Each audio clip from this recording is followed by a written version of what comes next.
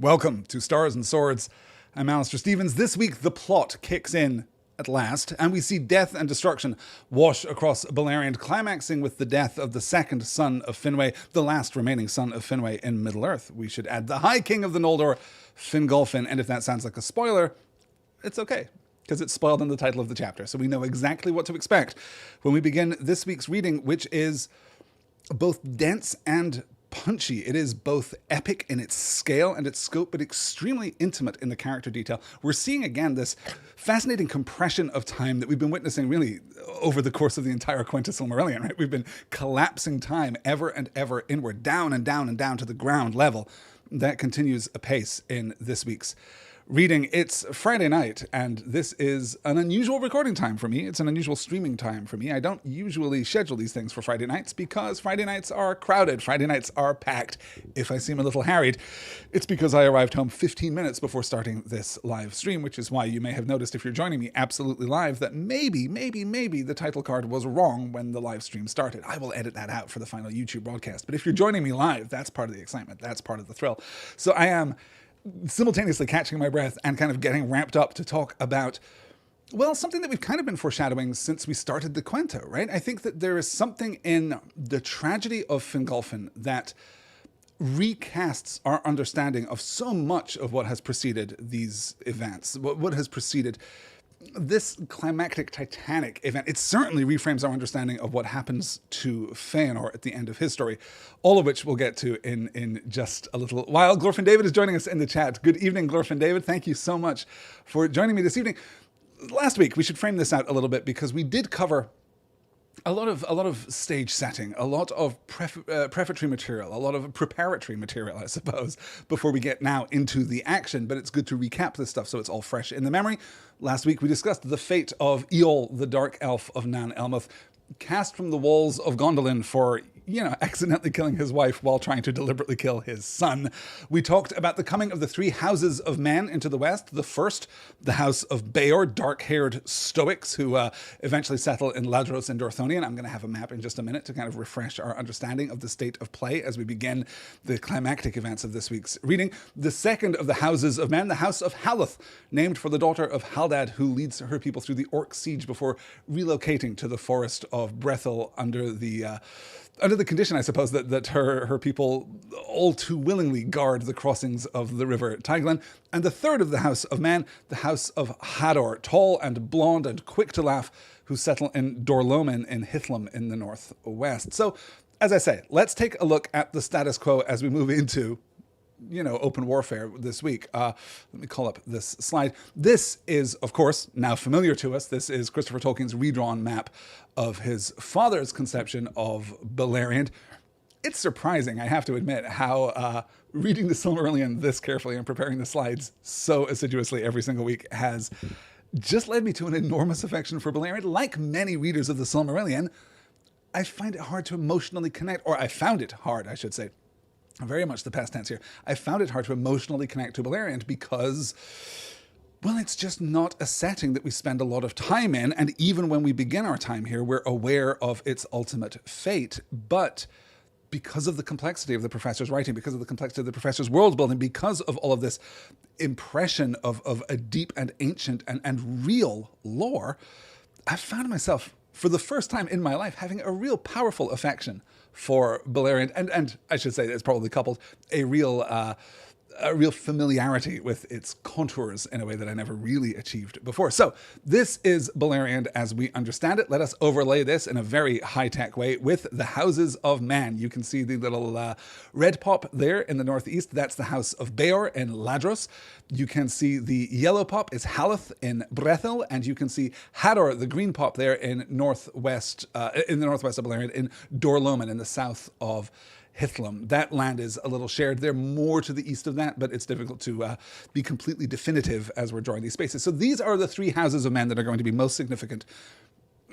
Period. End of thought. These are the three houses of men that are going to be most significant. But we're also going to be looking at the coming of new men into Beleriand in the course of this week's reading. So it's good to have this foundational point, though, I mean, one of these is going to disappear entirely. We'll get to all of that in the course of this week's reading. Just to round this out and make sure that we're all on the same page vis-a-vis the political map of Beleriand. Let's factor in some other considerations. You can see here the Sons of Feanor are marked here in this pale red here in the northeast. The Lyquendi in the southeast, the Green Elves there. The Sons of Finarfin, who we should remember is currently hanging out back in Valinor, having turned back during the flight of the Noldor, right? Finarfin shall play no part in these proceedings, but the Sons of Finarfin are occupying western Beleriand, the pass of Tol Sirion, the Tower of Minas Tirith, which will be so important in this week's reading, and of course Dorthonion, marked here Tau Nu Fuin, its latter-day name there. So those are that purple area there belongs to the Sons of Finarfin. We have Círdan and the Falathrim, the Falas on the west coast there in the lighter blue. And of course we have Fingolfin and his sons in Hithlum in the northwest. Oh, and you can see that little spot of green there that symbolizes Turgon and Gondolin. And of course the yellow there in the middle, we have Thingol and Melian in Doriath in Menegroth, protected by the Girdle of Melian. So this is our map as of 455 YS, 455 of the Years of the Sun, which is where we pick up this week's story. And all of this that is arrayed before you is about to be shattered. Let's get into our story. Oh, Galadriel Becky's joining us too in the chat. Hi, Galadriel Becky. So glad you can join us on this Friday evening. Let's get to Fingolfin. Now Fingolfin, king of the north and high king of the Noldor, seeing that his people were become numerous and strong, and that the men allied to them were many and valiant, pondered once more an assault upon Angband. For he knew that they lived in danger while the circle of the siege was incomplete, and Morgoth was free to labour in his deep mines, devising what evils none could foretell ere he should reveal them. This counsel was wise, according to the measure of his knowledge, for the Noldor did not yet comprehend the fullness of the power of Morgoth, nor understand that their unaided war upon him was without final hope, whether they hasted or delayed. But because the land was fair, and their kingdoms wide, most of the Noldor were content with things as they were, trusting them to last, and slow to begin an assault in which many must surely perish, were it in victory or in defeat. Therefore they were little disposed to hearken to Fingolfin, and the Sons of Feanor at that time least of all. Among the chieftains of the Noldor, Angrod and Aignor alone were of like mind with the king, for they dwelt in regions whence Thangorodrim could be descried, and the threat of Morgoth was present to their thought. Thus the designs of Fingolfin came to naught, and the land had peace yet for a while. But when the 6th generation of men after Beor and Marach were not yet come to full manhood, it being then 400 years and 55 since the coming of Fingolfin, the evil befell that he had long dreaded, and yet more dire and sudden than his darkest fear. For Morgoth had long prepared his force in secret, while ever the malice of his heart grew greater, and his hatred of the Noldor more bitter. And he desired not only to end his foes, but to destroy also and defile the lands that they had taken and made fair. And it is said that his hate overcame his counsel, so that if he had but endured to wait longer until his designs were full, then the Noldor would have perished utterly.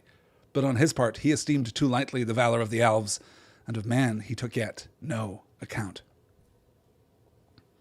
So we have the end, in effect, of the long peace. We have this status quo that has endured for almost 400 years at this point. And we can understand, I think, certainly the narrative voice can understand why Fingolfin is of the opinion that the power of the elves, and the men too, in Beleriand, has waxed to the point where they can and ought, perhaps, to take the fight to Morgoth, rather than simply keeping him imprisoned in Angband. And Angrod and Aignor, the Sons of Finarfin who live in Dorthonion, right? That spur of purple on the map that we just saw there, they agree because they can look out over the beautiful plains to Thangorodrim. They are always constantly reminded by the reeking smoke of the volcanoes in the distance that Morgoth toils deep in Angband.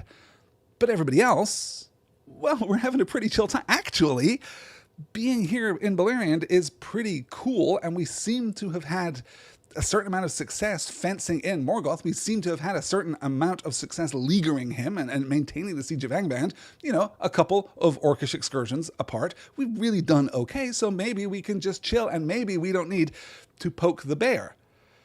And what's so interesting here, for me, is the absence of the Sons of Feanor, right? That the Sons of Feanor, at that time, least of all want to take the fight to Morgoth. And that's odd, because all of the Noldor, of course, are laboring under their doom. But the Sons of Feanor are also committed to the oath that they swore back in Valinor, to pursue with vengeance and hatred to the ends of the world, Vala, demon, elf, or man as yet unborn, or any creature, great or small, good or evil, that time should bring forth unto the end of days, whoso should hold or take or keep a Silmaril from their possession. But they are apparently pretty relaxed about hanging out in the Northeast, trading with dwarves and getting to know Amlach of the House of Hador, right? The guy who was impersonated during the Council of Men in last week's reading, and goes north to Maethros and the front lines in the March of Maethros there. I'm interested in the way that the Sons of Feanor are not pursuing the fulfillment, the culmination of their oath. They should be hunting Morgoth to the ends of the earth. And we're not told that they are daunted. We're not told that they are hesitant to undertake this task because they have, weighed in the balance so carefully the strategic might of Morgoth versus the fragile alliance of elves and man here in Beleriand, but rather that they are just unwilling to listen to Fingolfin. Therefore, they were little disposed to hearken to Fingolfin and the Sons of Feanor at that time least of all. So let's be careful in our reading. The Sons of Feanor are least likely to listen to Fingolfin, because his authority as High King of the Noldor apparently only stretches so far, but we can infer that they are feeling this same reluctance. The land is fair, their kingdom's wide. Most of the Noldor are content with things as they are, trusting them to last. Why provoke a war when life, it turns out, is pretty good? And maybe we can't expand that to encompass all of the Sons of Feanor, right? It does seem as though Maethros is keeping a constant vigil there on the north, right? Maethros maybe being the most defensible of the Sons of Feanor, I suppose, morally speaking, but still bound by the same oath that he took. And now in, it seems to me at least, a kind of active rejection of that oath, a kind of, or at least a foregoing of his responsibilities as we understand them. So all of that's happening in the Northeast with the Sons of Feanor, but we can see, I think, both the argument of Fingolfin. Okay, we aren't safe. This is an illusion. Morgoth is there, yes, and the Leaguer has held, and that's great. But what is the end game? We're just going to keep him in prison forever? That seems like a bad idea. Right now, we seem pretty strong. Right now, we have the new houses of men come into Beleriand. Many of those men have taken service with the Lords of the Noldor themselves, and we're kind of at our strongest point here. We're ready to kick off. If not now, then when? And the narrative voice concurs. This counsel was wise according to the measure of his knowledge. Not that he is right, because he's not, but that he is making the right choice based on the information that he has. What is he missing? Well, it's what we were told before, right? That the ultimate hope of the Noldor comes from the west. There is no hope in Beleriand of defeating Morgoth. He is just of an entirely different category of being, right? For all that he is lurking in Angband, for all that he is skulking in the deepest caverns, for all that he is in constant pain and torment, right? His hands from touching the Silmaril, his head from the crown that he now wears, bearing the Silmarils upon them. For all of that, he is still an order of magnitude greater than even the greatest Elf Lord, which makes the ultimate fate of Fingolfin in the middle of this chapter all the more impressive. The reason that we're establishing this right now, the reason that we're taking on this powerful prophetic tone, is to emphasize the heroism and desperation and despair of Fingolfin. And I've described this, a moment that we'll get to in just a couple of slides' time, as the most metal thing that happens in all of the Silmarillion, as the most cool thing that happens in all of the Silmarillion. And I kind of stand by that, but it is not uncomplicated. It is not emotionally straightforward. And we know that because we get a comparison to Orome. And God knows we only compare things to Orome. We only compare valiant heroes to Orome when they are in, the pits of their despair, when they are caught in their fayest mood. So, wisdom as far as Fingolfin can see to take the fight to Morgoth, but everyone else kind of wants to hang back. But what's interesting here too is that we're seeing a similar kind of misunderstanding from Morgoth, a kind of inverted misunderstanding, right? Fingolfin feels at his strongest and mistakenly believes that he has a shot at taking down Angband. Morgoth feels himself at his strongest and mistakenly underestimates the valor of the elves and the men who stand opposed to him. We're seeing this similar kind of misunderstanding, and you'll, of course, remember too Gandalf's speech about Sauron hastening too quickly to war, that he is too consumed with war. There seems to be another small kind of a typographic echo here, a typological echo, I should say, of Morgoth into Sauron, Morgoth within the frame of the Silmarillion into Sauron within the frame of the Lord of the Rings, that one of the things that they are also susceptible to is a kind of haste brought on by an overwhelming pride, by an inability to properly measure and judge their opponents. This is another way in which evil, say it with me now, is ultimately self-defeating. So all of this sets the stage for, I mean, one of the most powerful pieces of prose that I think we get in the entire book. Let's just get into our next slide here, and a really powerful evocation of war. There came a time of winter, when night was dark and without moon, and the wide plain of Ardgallan stretched dim beneath the cold stars, from the hill forts of the Noldor to the feet of Thangorodrim. The watchfires burned low, and the guards were few. On the plain few were waking in the camps of the horsemen of Hithlum. Then, suddenly, Morgoth sent forth great rivers of flame that ran down swifter than Balrogs from Thangorodrim and poured over all the plain, and the mountains of iron belched forth fires of many poisonous hues, and the fume of them stank upon the air and was deadly. Thus Ardgallan perished, and fire devoured its grasses, and it became a burned and desolate waste full of choking dust, barren and lifeless. Thereafter its name was changed, and it was called Anfauglith, the gasping dust. Many charred bones had there their roofless grave, for many of the Noldor perished in that burning, who were caught by the running flame and could not fly to the hills. The heights of Dorthonion and Eredwethrin held back the fiery torrents, but their woods upon the slopes that looked towards Angband were all kindled, and the smoke wrought confusion among the defenders. Thus began the fourth of the great battles, Dagor Bragolach, the Battle of Sudden Flame. In the front of that fire came Glaurung the Golden, father of dragons in his full might. And in his train were Balrogs, and behind them came the black armies of the Orcs in multitudes such as the Noldor had never before seen or imagined. And they assaulted the fortresses of the Noldor and broke the leaguer about Angband, and slew whoever they found them, the Noldor and their allies, grey elves and men. Many of the stoutest of the foes of Morgoth were destroyed in the first days of that war, bewildered and dispersed and unable to muster their strength. War ceased not wholly ever again in Beleriand. But the Battle of Sudden Flame is held to have ended with the coming of spring, when the onslaught of Morgoth grew less. So, a quick recap. This is the fourth of the 5 battles of Beleriand. The first is the unnamed battle featuring the Sindar and the dwarves of the Ered Luin against Morgoth's orcs back before the Noldor ever returned to Middle-earth. The second is the Dagor Nuin Gileath, the battle under the stars, which is effectively Feanor versus the orcs. This is followed by the Dagor Aglareb, the glorious battle, after which the siege of Angband is sealed and the long peace begins. The first battle and the Dagor Nuin Gileath happened about 480 years ago as of this point. The Dagor Aglareb about 390 years ago.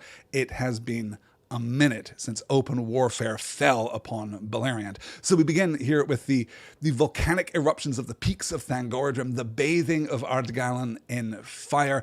And it's important, I think, to remember, because we so often think, if you're coming to this later, if you're familiar with, the blasted landscape of Mordor, then it's easy to think of Ardgallan and these lands to the north as being already withered, as being already desolate, in the way that great evil makes these environments desolate within the fiction of Professor Tolkien. But that's not true. Ardgallan is open grassland. It is an open plain. It is beautiful. It is full of life, right? Thangorodrim hangs over it to the north. Angband hangs over it to the north as a kind of unwelcome presence. It is incongruous at that point. It's not until the Battle of the Sudden Flame and this rush of volcanic fire across the entire plain that it is consumed and turned into something that we would more readily, I suppose, associate with Morgoth. So we have this great destruction, right? The peaks of Thangorodrim burst, the fires flow forth faster than Balrogs from Thangorodrim and poured over all the plain.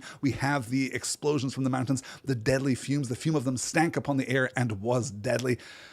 And it is destroyed. Everything here is destroyed as the fires lap at the feet of the mountains of Dorthonion and Eredwethrin to the west, right? That is all that holds back this torrent.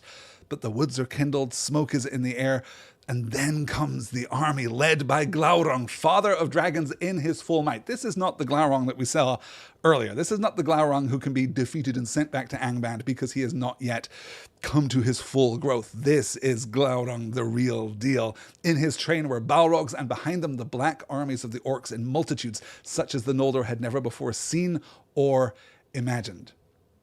And we're going to get now the detail of this war. We're going to get the sense of how all of this plays out, but the narrative is already positioning us not to expect conflict and ultimate victory, right? We're not going to get a happy ending to this story, as the chapter title tells us, right? The ruin of Beleriand is where we are now. But it's important to note here, war ceased not wholly ever again in Beleriand. This is it. We are moving now into the endgame, to borrow from another very popular piece of intellectual property.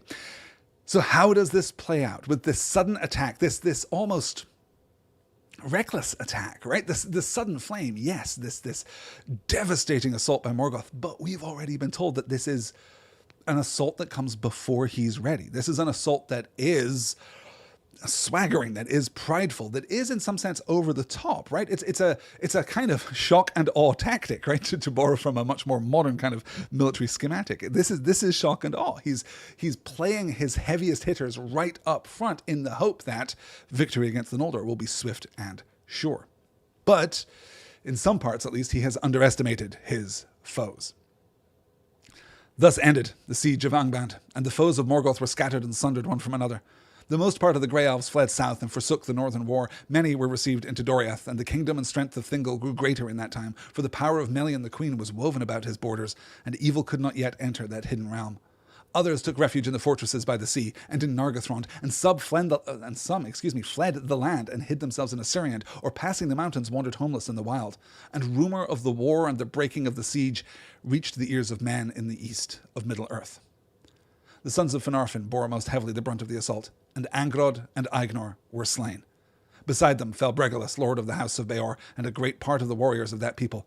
But Barahir, the brother of Bregelus, was in the fighting further westward, near to the pass of Sirion. There King Finrod Felagund, hastening from the south, was cut off from his people, and surrounded with small company in the fen of Sedek. And he would have been slain or taken, but Barahir came up with the bravest of his men, and rescued him, and made a wall of spears about him, and they cut their way out of the battle with great loss.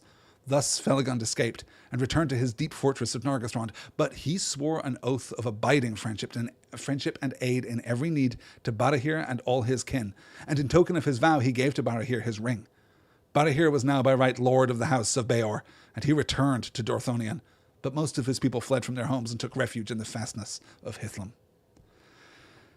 So, the attack by Morgoth, it breaks the Ring of the Leaguer, of course. The Siege of Angband only holds when it is as complete as it has previously been, which, parenthetical, was not completely complete, right? We've had orc warbands essaying forth nonetheless, but the bulk of Morgoth's power cannot be expressed in Beleriand until the siege is broken, and here the siege is broken. What was a unified response to Morgoth, more or less, right, has now been completely shattered. We see this fall upon the sons of Finarfin most heavily, as it says here. Angrod and Aignor are slain. Let's remember that Aignor and Angrod, they are the brothers of Finrod and Galadriel, the children of Finarfin, right? They, two of the four children of Finarfin, have now fallen in battle to Morgoth. I'm interested here.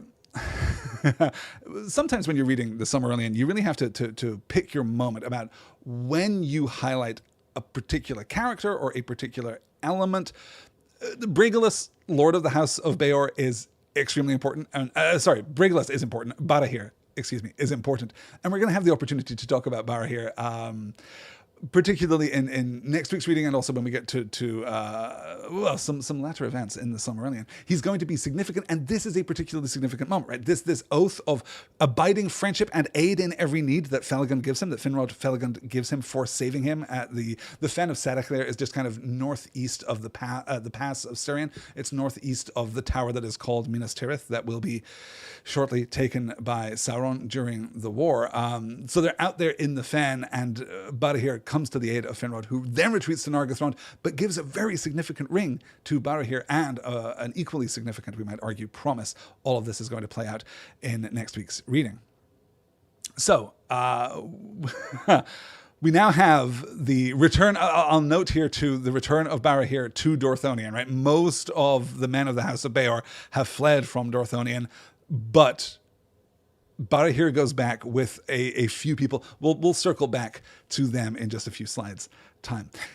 That's then basically what's happening in Dorthonion. Let's take a look at what has happened to Hithlum here.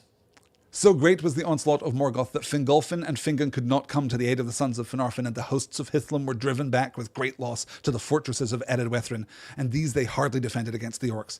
Before the walls of Aethelsirion fell Hador the Golden-Haired, defending the rearguard of his lord Fingolfin, being then 66 years of age, and with him fell Gundor his younger son, pierced with many arrows, and they were mourned by the elves. Then Galdor the Tall took the lordship of his father, and because of the strength and height of the shadowy mountains which withstood the torrent of fire, and by the valour of the elves and the men of the north, which neither Orc nor Balrog could yet overcome, Hithlum remained unconquered, a threat upon the flank of Morgoth's attack.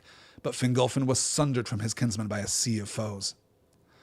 So here we see Hithlum in the northwest being effectively severed from the aid of the other elves of Beleriand. And we're isolating Fingolfin in a really interesting way here, emphasizing, I think, the lack of preparation of Morgoth, the lack of tactical understanding of Morgoth, the lack of shrewd judgment on the part of Morgoth. Because, as we see here, neither Orc nor Balrog could yet overcome the valor of these elves and the men of the north. His armies, individually, one-to-one, are just not ready. And we think of Balrogs as being this unstoppable shock troop, because by the standards of the Third Age, they absolutely are. But we are here in the First Age, and no one has ever been greater. Well, no one has ever been greater in Middle-earth than the Noldor, right? Than the elves who went to Valinor and were empowered by it and have returned, and they can't quite go toe-to-toe with a Balrog. Maybe not one-on-one, right? Maybe that's asking a little too much, but en masse, they are the match of Morgoth's forces because Morgoth has not yet prepared his forces sufficiently. So Fingolfin and his kin are isolated in the northwest, in Hithlum. Let's take a look. That's the northwest. Let's switch our focus here to the northeast, and bad news for the sons of Fëanor. For the war had gone ill with the sons of Fëanor, and well nigh all the east marches were taken by assault. The pass of Aglon was forced, though with great cost to the hosts of Morgoth, and Caligorm and Curufin, being defeated, fled south and west by the marches of Doriath, and coming at last to Nargothrond, sought harbour with Finrod Felagund. Then it came to pass that their people swelled at the strength of Nargothrond, but it would have been better, as was after seen, if they had remained in the east among their own kin. Maethros did deeds of surpassing valour, and the Orcs fled before his face, for since his torment upon Thangorodrim, his spirit burned like a white fire within, and he was as one that returns from the dead. Thus the great fortresses upon the hill of Himring could not be taken, and many of the most valiant that remained, both of the people of Dorthonion and of the east marches, rallied there to Maethros, and for a while he closed once more the pass of Aglon, so that Orcs could not enter Beleriand by that road. But they overwhelmed the riders of the people of Fëanor upon Lothlan, for Glaurung came thither and passed through Maglor's Gap and destroyed all the land between the arms of the Gallion. And the Orcs took the fortress upon the west slopes of Mount Rerir and ravaged all Thargalion, the land of Caranthir, and they defiled Lake Helivorn. Thence they passed over Gallion with fire and terror and came far into East Beleriand. Maglor joined Maethros upon Himring, but Caranthir fled and joined the remnant of his people to the scattered folk of the hunters Amrod and Amras, and they retreated and passed Ramdal in the south. Upon Amon Ereb they maintained a watch and some strength of war. They had aid of the green elves, and the Orcs came not into Assyriand, nor to Taur Im Duinath and the wilds of the south. So, for a moment, it works. For a moment, Maethros did deeds of surpassing valor. He holds the hill of Himring. He closes up again the pass of Aglon to the west of the hill of Himring here, but there's nothing he can do about that massive gap, about the Maglor's Gap, as it's named here, right? That is the broad swath of land that is the frontier of the March of Maethros, right? That's why he takes that position, is to block this giant access into eastern Beleriand, and he just can't hold it. He certainly can't hold it against Glaurung in all of Glaurung's power. So the sons of Fëanor are scattered. Caligorm and Curufin, being defeated, fled south and west of the marches of Doriath, going all the way to Nargothrond, basically crossing all of Beleriand and taking refuge in Nargothrond, though here we get the foreshadowing. Maybe it would have been better if they hadn't done that. But with Maethros leading his people on the hill of Himring and recruiting the hardiest warriors, we see here exactly what is happening to Nargothrond and exactly what is happening to Menegroth, right?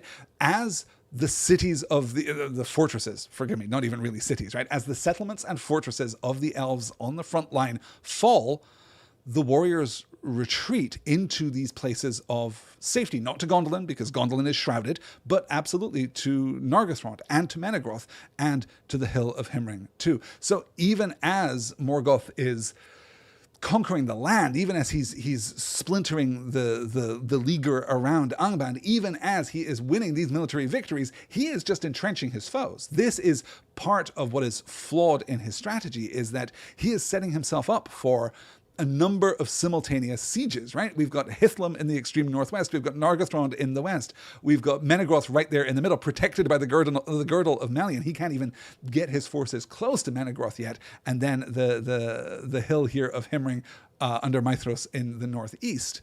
He's setting himself up for these grinding, ongoing conflicts and strengthening these bastions of Elven rebellion as he goes. Still, though, the victories are the victories, right? We're losing so much. Overwhelming the riders of the people of Feanor upon Lothlan, for Glaurung came thither and passed through Manglor's Gap and destroyed all the land between the arms of the Galleon. Destroyed all the land between the arms of the Galleon. This is just such a swath of open countryside at this point. They ravage all Thargalion, all the land across the Galleon, all the land beyond the Galleon too, the land of Caranthir. They defile Lake Helivorn. They are just, well, it's called the Ruin of Beleriand for a reason. And all the way in the south, we have this other bastion, I suppose, this weaker bastion, Ramdal in the south. A watch and some strength of war. Just the weakest of support there for the military activities down here in the south. So all of this takes us to a dire contingency, right? All of this takes us to the brink of all-out loss. If there is a moment here where Morgoth can consolidate his victory, then it must be stolen away from him. We are in an absolute crisis moment in the extended history of the Silmarillion. But that's not all that happens. Now news came to Hithlum that Dorthonion was lost and the sons of Fingolfin overthrown, and that the sons of Feanor were driven from their lands.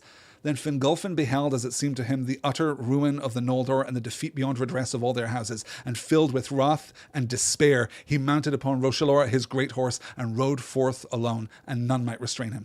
He passed over Dorn New Fauglith with a wind like a wind amid the dust, and all that beheld his onset fled in amaze, thinking that Orome himself was come, for a great madness of rage was upon him, so that his eyes shone like the eyes of the Valar. Thus he came alone to Angband's gates, and he sounded his horn, and smote once more upon the brazen doors, and challenged Morgoth to come forth to single combat. And Morgoth came. That was the last time in those wars that he passed the doors of his stronghold, and it is said that he took not the challenge willingly, for though his might was greatest of all things in this world, alone of the Valar, he knew fear. But he could not now deny the challenge before the face of his captains, for the rocks rang with the shrill music of Fingolfin's horn, and his voice came keen and clear down into the depths of Angband, and Fingolfin named Morgoth Craven and Lord of Slaves. Therefore Morgoth came, climbing slowly from his subterranean throne, and the rumour of his feet was like thunder underground. And he issued forth clad in black armour, and he stood before the king like a tower, iron-crowned, and his vast shield, sable unblazoned, cast a shadow over him like a storm cloud. But Fingolfin gleamed beneath it as a star, for his mail was overlaid with silver, and his blue shield was set with crystals, and he drew his sword Ringel that glittered like ice. There it is. In case you were wondering exactly what I was talking about, exactly the most metal moment in all of the Silmarillion, that's it right there. It's Fingolfin going alone to the doors of Angband and challenging Morgoth to come forth, calling him out, naming him Craven and Lord of Slaves, and Morgoth, who does not want to take up this challenge, who does not want to face Fingolfin because he alone of all the Valar knows fear, has to, lest he lose face in front of his captains, lest he lose his grip on the host of orcs under his command.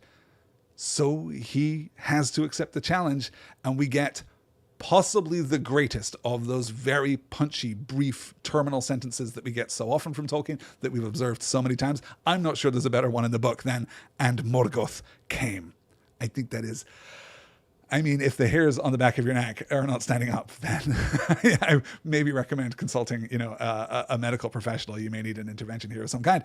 It's a phenomenal piece of work, but here's what we absolutely have to pay attention to. This is not a great act of heroism, or it is not at least an uncomplicated act of heroism on the part of Fingolfin. What is Fingolfin doing? Well, he's Fey. How do we know that he is Fey, as Feanor was before him, as Theoden will be again in the future, as Aragorn will be accused of being in the future? How do we know that he is Fey? Because he beholds, as it seems to him, the utter ruin of the Noldor and the defeat beyond redress of all their houses, and filled with wrath and despair. That's it. That's the key. He is feeling despair. He is beyond hope. He believes that the battle is lost. He's wrong, it turns out, and really, ultimately, it kind of has nothing to do with Fingolfin facing down Morgoth at the gates of Angband, right? The continuation of the Noldor, the insufficiency of Morgoth's assault upon the Noldor and Beleriand, they're already played. The cards are already on the table. They are already dealt. Fingolfin is faltering here. And again, we know that this is a moment of Fey feeling taking him because, like Theoden, he himself is being compared to Automate, right? We're again seeing this direct comparison. And you'll remember, right, the thing about Orome is that he is the huntsman of the Valar, yes, but he is also the fiercest and most steadfast in his assaults upon his foes. He does not go forth like Tukas, full of laughter and wrestling and having a good time. Orome doesn't enjoy himself. He doesn't laugh. He is single-minded and purposeful and ruthless. And there's a mercy in the hunter being ruthless. There's something almost noble in that. But when it is applied to this kind of despair, when it is applied to this kind of single combat, and in a sense, to the giving up of his responsibility, Fingolfin, High King of the Noldor, maybe has better things to be doing than casting himself into the teeth of the gale here, right? Casting himself into this impossible single combat. Well, he's presenting not unlike Feanor, though we will note that he gets a lot further than Feanor ever did, right? Feanor taken out by a Balrog. Well, taken out by numerous Balrogs, okay, but still, beset by Balrogs was Feanor. Fingolfin goes toe-to-toe with Morgoth himself.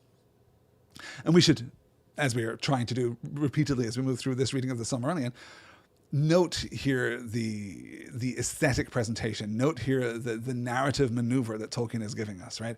That we get the "and Morgoth came," yes, but then we switch into the mind of Morgoth. We get closer to the mind of Morgoth than we have in a long while, right? We get accounts of his activities, but we don't really get a sense of what he is feeling, but here we do. That was the last time in those wars that he passed the doors of his stronghold. It is said that he took not the challenge willingly, for though his might was greatest of all things in the world, alone of the Valar he knew fear, but he could not now deny the challenge before the face of his captains, because Fingolfin is calling him out, calling him craven, calling him a lord of slaves. You don't have followers, you don't have a people, you don't have a community beneath you, a culture, a civilization, a society beneath you. You are just the lord of slaves, and you are alone. Which is, of course, true, because everyone who was working for Morgoth has been corrupted by Morgoth. Everyone who is a part of Morgoth's army has either directly been imbued with his power, like Glaurung, like the Balrogs, which has diminished him to the point that he is going toe-to-toe with Fingolfin in the first place, or has been part of a tree that has been long corrupted, like the Orcs themselves.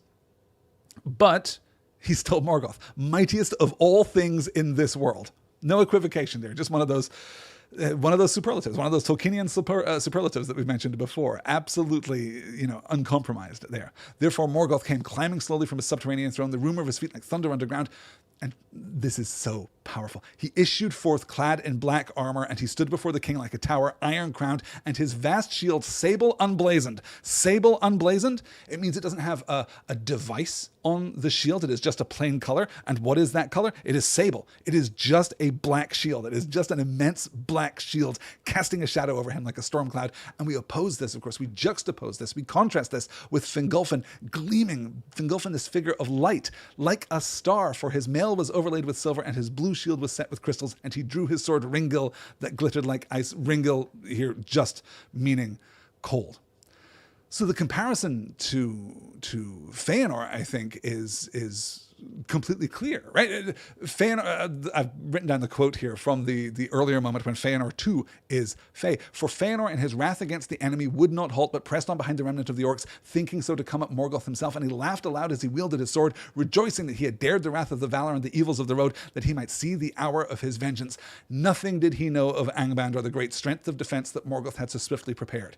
But even had he known, it would not have deterred him, for he was Fey, consumed by the flame of his own wrath. And we talked about it back when we were discussing Feanor, right? Yes, consumed by his wrath, absolutely. What is different between Feanor and Fingolfin? Fingolfin is also consumed with despair. Fingolfin is perhaps more completely, more authentically, more comprehensively in a Fey mood, in a Fey state than Feanor was. But it's no... Well, I don't know. This is a question for the ages. By all means, get in touch and let me know where you fall on the Fingolfin versus Feanor question vis-a-vis their level of heroism. Is it more heroic for Fingolfin to go forth believing that there is no hope, believing that he is just riding to his doom, doing this valiant thing because it needs to be done, he believes, even without any hope of victory? Or is it more noble for Feanor, caught in the fury and the frenzy of his wrath, to ride forth believing ignorantly that he has a chance of going toe-to-toe with Morgoth and getting his Silmarils back? A question for the ages. For now, let's continue and get into the fight itself. Then Morgoth hurled aloft Grond, the hammer of the underworld, and swung it down like a bolt of thunder. But Fingolfin sprang aside, and Grond rent a mighty pit in the earth whence smoke and fire darted. Many times Morgoth essayed to smite him, and each time Fingolfin leapt away as a lightning shoots from under a dark cloud. And he wounded Morgoth with 7 wounds. And 7 times Morgoth gave a cry of anguish, whereat the hosts of Angband fell upon their faces in dismay, and the cries echoed in the Northlands. But at the last the king grew weary, and Morgoth bore down his shield upon him. Thrice he was crushed to his knees, and thrice arose again, and bore up his broken shield and stricken helm. But the earth was all rent and pitted about him, and he stumbled and fell backward beneath the feet of Morgoth, and Morgoth set his left foot upon his neck, and the weight of it was like a fallen hill.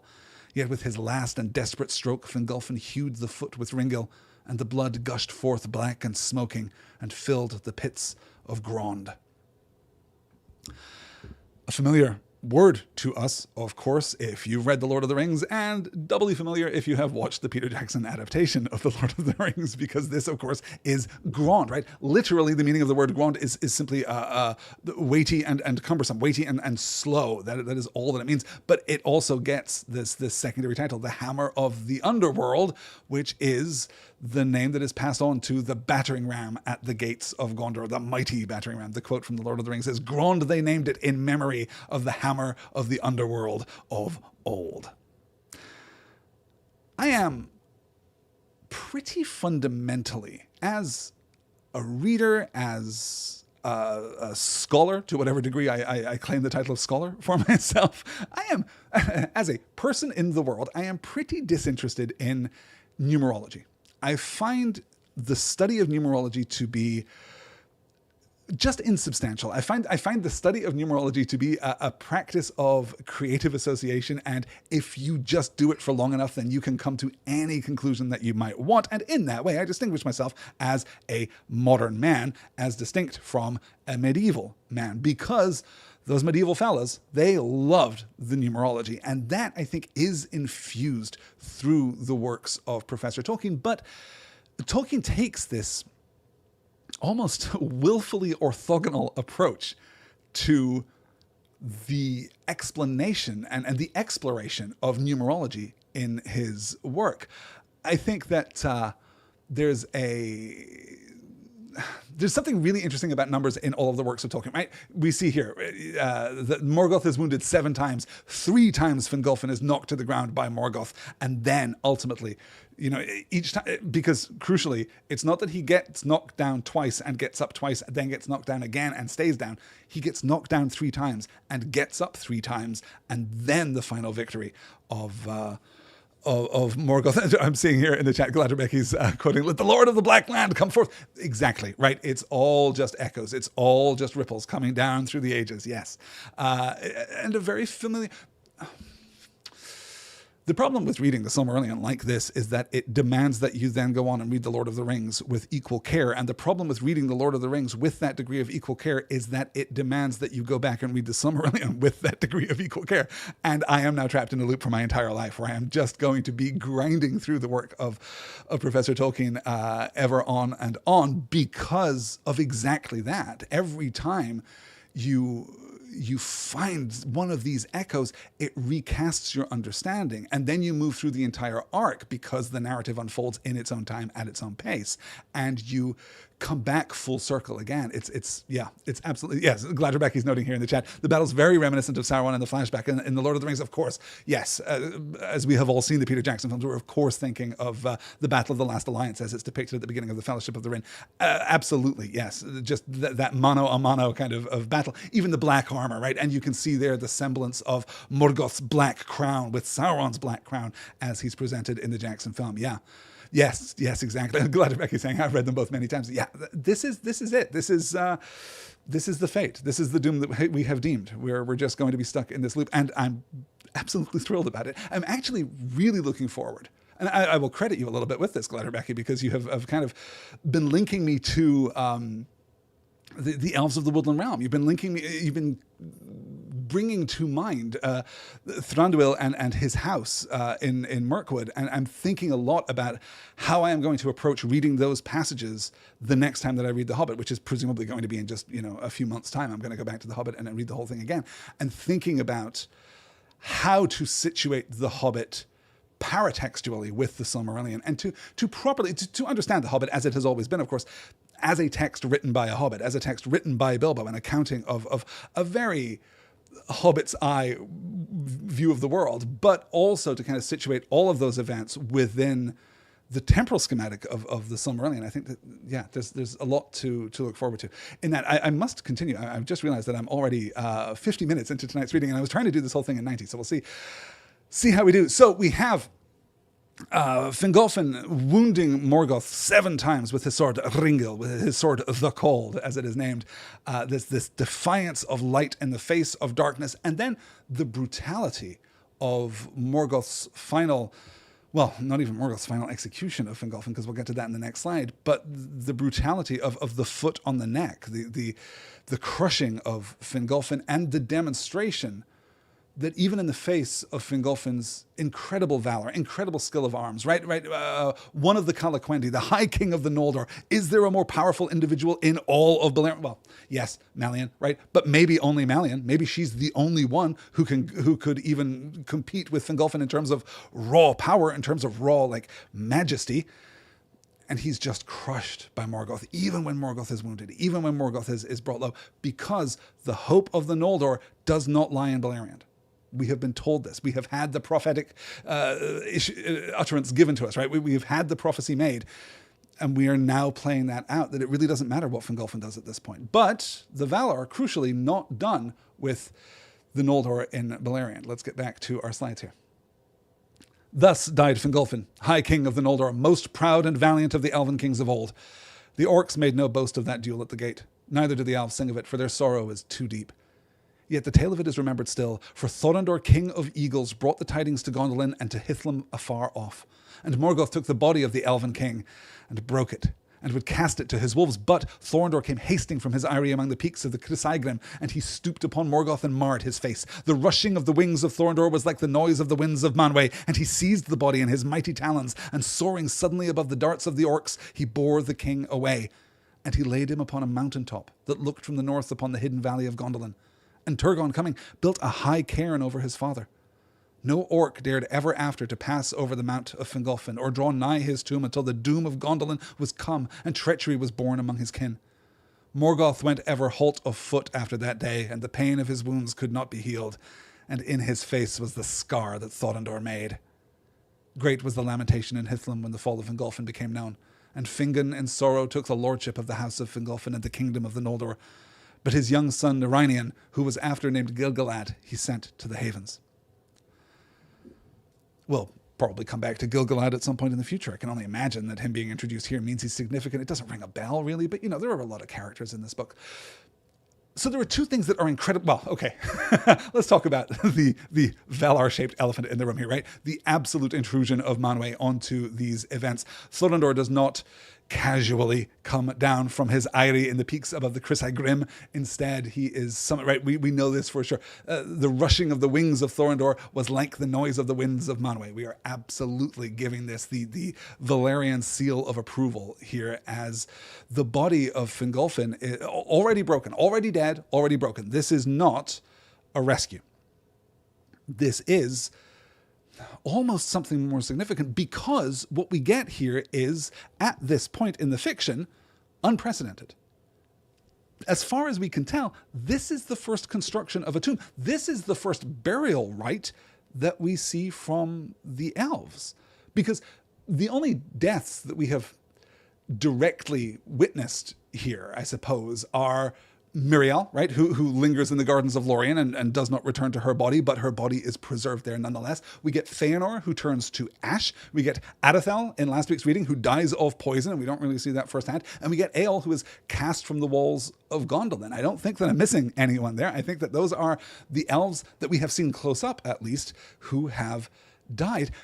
But this is the first kind of burial rite that we have seen. The construction of a cairn over the body of Fingolfin is the first marking of the death of an elf in Beleriand. And I'm curious about this in a number of different ways, because so much of our understanding of elven life and death up to this point has focused on the spirit of the elves, has focused almost exclusively, in fact, on the spirit of the elves, right? The body carries the soul, but the soul is what remains. The soul goes to the halls of Mandos. The soul can return in a new body and re-enter the world in that way. The Hroa, the husk, the flesh, is much less significant.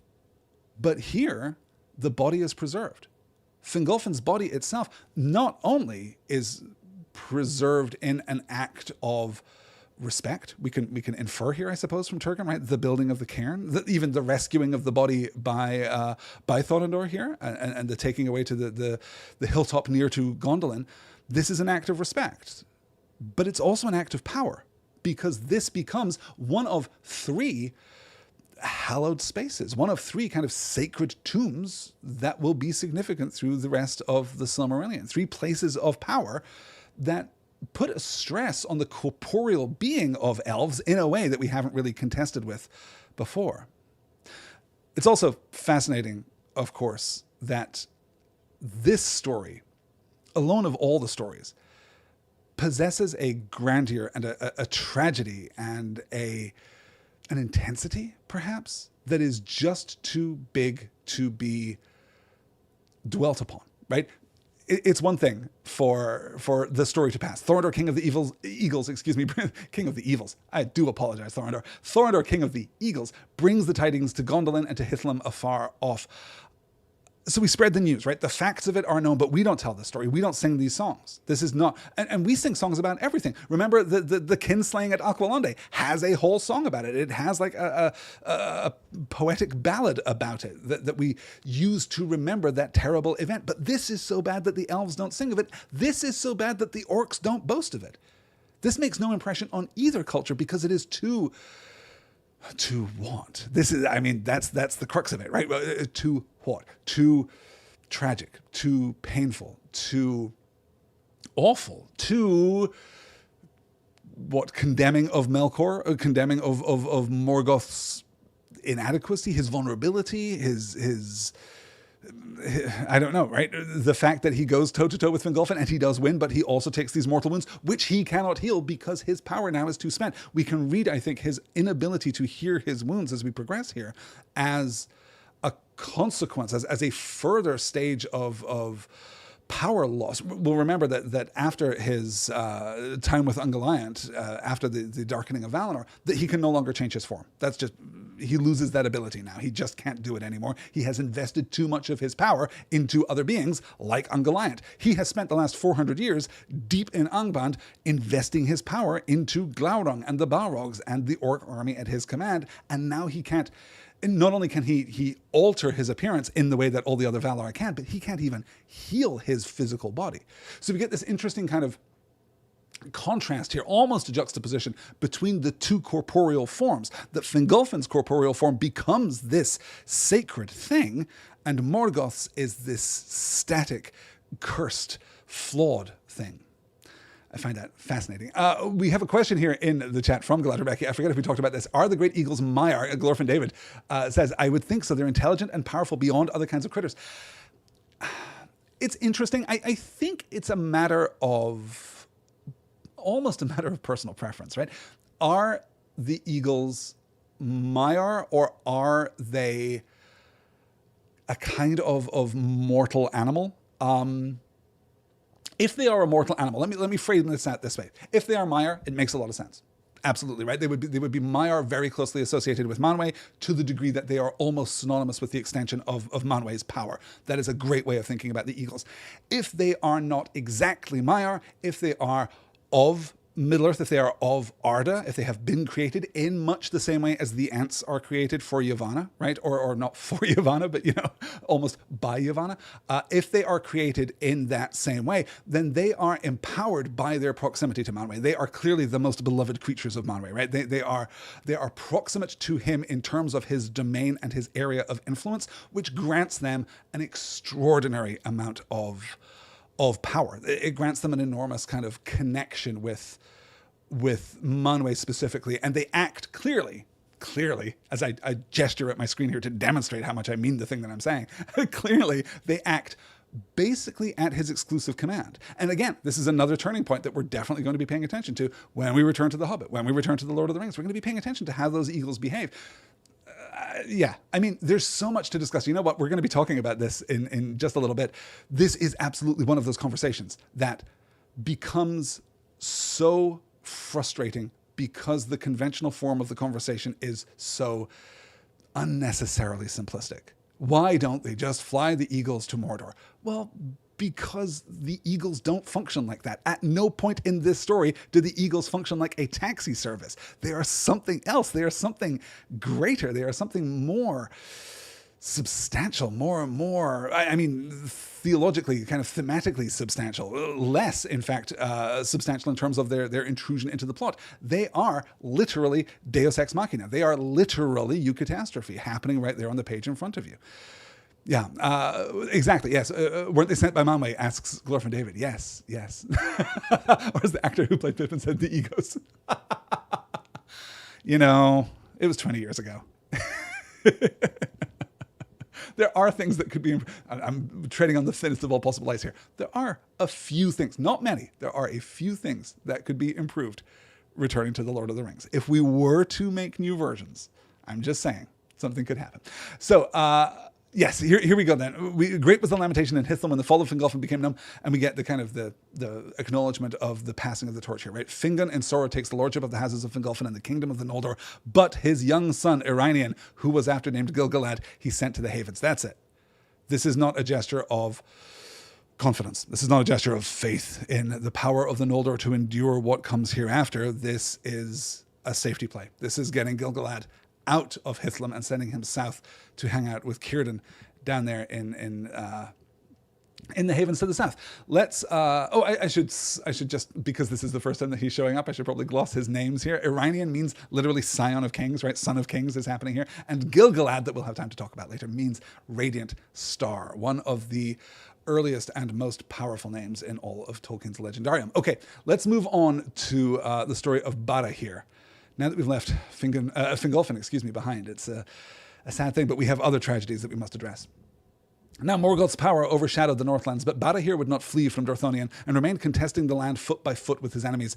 Then Morgoth pursued his people to the death until few remained, and all the forest of the northward slopes of that land was turned little by little into a region of such dread and dark enchantment that even the orcs would not enter it unless need drove them. And it was called Delduath, the Tarnufuin, the forest under nightshade. The trees that grew there after the burning were black and grim, and their roots were tangled, groping in the dark like claws. And those who strayed among them became lost and blind, and were strangled or pursued to madness by phantoms of terror.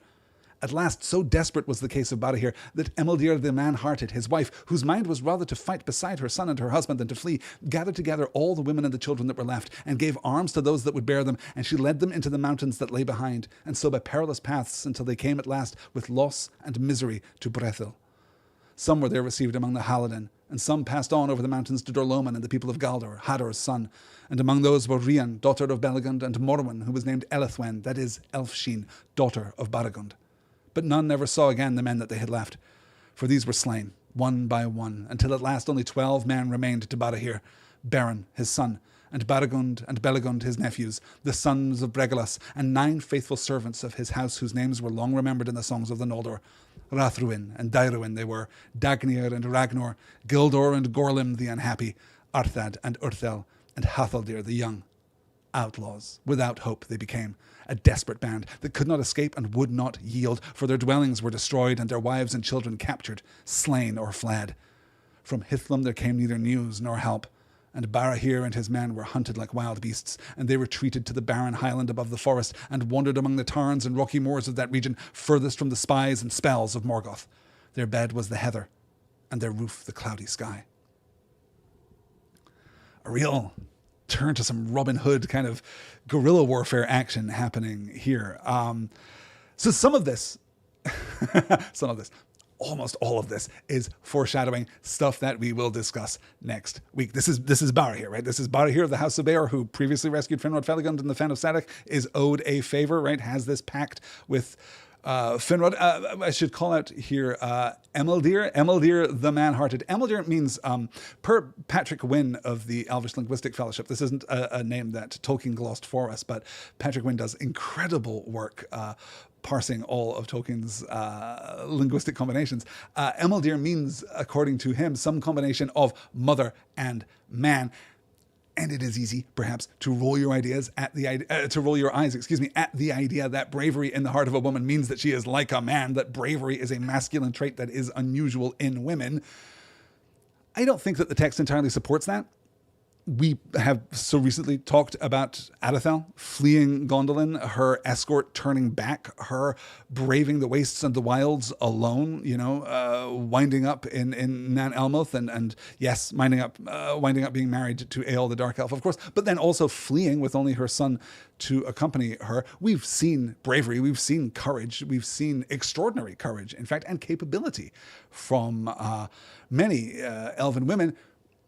I wonder if we're supposed to be getting something about the culture of men here, particularly the culture of the House of Beor, because Tolkien is just too canny a writer not to think about the cultural associations of each of these houses. And as he is introducing these houses of man, and he's giving us this very kind of early European sense of culture and of community. We're getting a lot of Anglo-Saxon, we're getting a lot of early Germanic, we're getting a lot of Norse influences here. Those are arguably the 3 great houses that have been introduced to us so far. It's very easy to understand that he's introducing some of those ideas too. We're inheriting some of the cultural biases of those real life cultures. I should note here, too, that we should pay attention to, well, you know what, there's a couple things here. I want to call out, for sure, because we're going to be talking about him next week, Gorlim the Unhappy.